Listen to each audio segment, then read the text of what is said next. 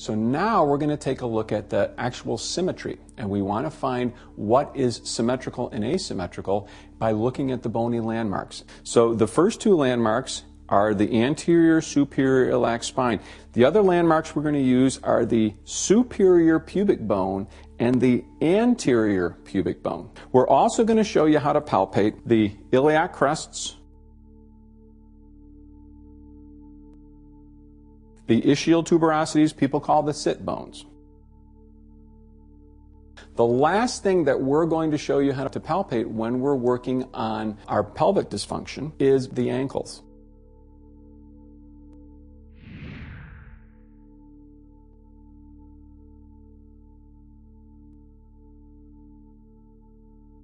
I'll have my patient lie down and bend her knees up for me, and I've already determined the hypomobile side earlier, and it was her left side. I'm going to have her raise her hips up in the air, and the reason I do this, and down you go, is so that her pelvis doesn't get skewed on the table. Sometimes tables have a crack in them, and some of the big treatment tables have a real big separation. I want to get her behind up above that so that I don't have any problem with the hips being off because of the table. I come down here. I gently say, on 3, let me have your feet, 1, 2, 3, and I just draw them out like that, and I don't tug on them. I just draw them out, and I'll shake them a little bit if I want, just to get some tone out of there, and then I'll look with my dominant eye, and I'm assessing which of my thumbs is closer to her head and which of my thumbs is closer to me. And as it so happens that my thumb, which is bumped up against the inferior portion of the medial malleolus, is closer to her head. It's up. So I've got a short leg on this side.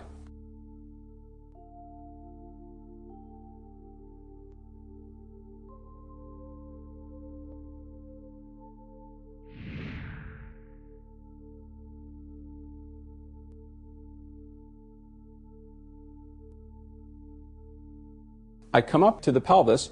I like to move the pants out of the way if I can, but if I can't, I pull them up as high as I can so that I've got a nice solid background to look at. Sometimes a person has a belt that's off a little bit like this.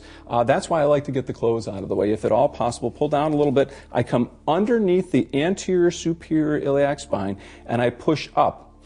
And I take a look at my thumbs and say, which of these thumbs is up or down? And in this case, what I find out is this thumb on the left-hand side, which was her hypomobile side, is actually closer to her head by about 1/4 of an inch. And it only needs to be about 1/4 of an inch. This side is closer to her foot, but I'm not going to worry about this because it's not the hypomobile side. All right? People always make that mistake.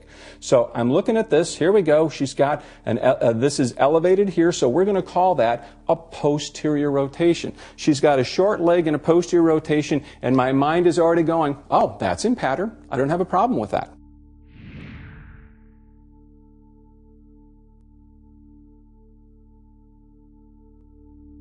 So after we've done the anterior superior iliac spines and I'm looking for ileal rotations, I keep my thumbs right where I had them. And what I do is I just swing my fingers up and see if my fingers are asymmetrical on a midline of her body. Now, most people, the midline of the body is the belly button. Every once in a while,